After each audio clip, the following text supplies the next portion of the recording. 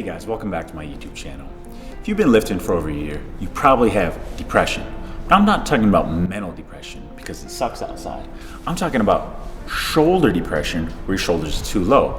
And you probably wouldn't notice it because all the best people in the fitness industry tend to have it. So in this video series, we're gonna go over how to assess for depressed shoulders, how you got it, and how to correct it. In just this video, we're gonna go over how to assess for depressed shoulders. Check it out. Why should you care if you have low shoulders? First of all, it can lead to shoulder pain. So if I were to take a client, elevate their shoulders, and the shoulder pain went away, well, definitely the low shoulder is then a culprit for inducing that pain. Second, it can lead to neck pain. So sometimes the shoulders are so low that the muscles can get a little overstretched and then you can develop a strain. Third is tingling in the hands. Sometimes there's nerve compression going on and you get that tingling sometimes when you wake up in the morning if your arms are overhead. Fourth would be trouble sleeping on the side. So if you notice that it's just really uncomfortable and or you might be getting the tingling, that could be because of low shoulders. And the last is general clunkiness in the shoulders. So if you lift up your arm and there's just kind of some popping, feels like it's just kind of clunky, that could be an issue of having a low shoulder. All right, I might have low shoulders. How do I really know?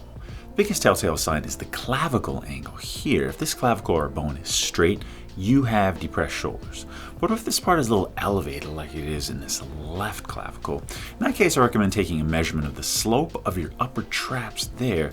To do this, we're going to use an extension on Chrome browser called Protractor. So basically, as long as you can email yourself a picture, have it in Google Photos, or store it online somewhere, you can use the Chrome browser extension called Protractor to measure your upper track angle. So here are the angle measures that I found, which tell you if you have depressed shoulders, if you're at a risk for developing depressed shoulders, or if you have normal shoulders. We're going to take some actual measurements in about 30 seconds, but I want to run through this quickly. If you're basically greater than 27 degrees for your upper trap angle, you have depressed shoulders.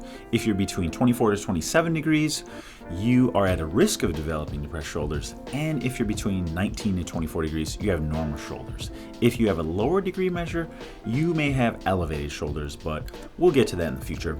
So here I'm checking one of my clients, and as you can see, he pretty much has a flat right clavicular angle, which guarantees him a right depressed shoulder. However, his left clavicular angle is a little higher, so in that case, I'd like to measure the upper trap angle. We're going to click on the Protractor extension button here. The protractor pops up and we're going to position it so we can get a reference line here. Then we're going to put the other line across the upper trap and we're measuring the left upper trap, which comes in at 33.9 degrees. Now I always recommend measuring the other side too because they're almost going to be a little different, but sometimes a lot different. So we're going to measure the right side, which as you can see is 32.5 degrees. Both shoulders certainly qualify as being depressed. Now I want to check myself. Like I said, in the fitness industry, most all of the top fitness professionals, including myself, have depressed shoulders. And I'm going to measure my left angle and we get 27.5 degrees. And for my right side, we get 30 degrees. I definitely qualify in approaching depressed shoulders, and technically I do have depressed, but I'm a little bit on the borderline of just at the risk and into depressed shoulders, so I'm definitely going to be working on that, and I have been working on that. If you're either approaching depressed shoulders or have depressed shoulders from these measurements, in the next video we're going to go over how you got it so you can help prevent it. So if you like the video, hit the like button. Feel free to subscribe to my channel. If anything doesn't make sense, if you have questions, ask away. Thanks for watching.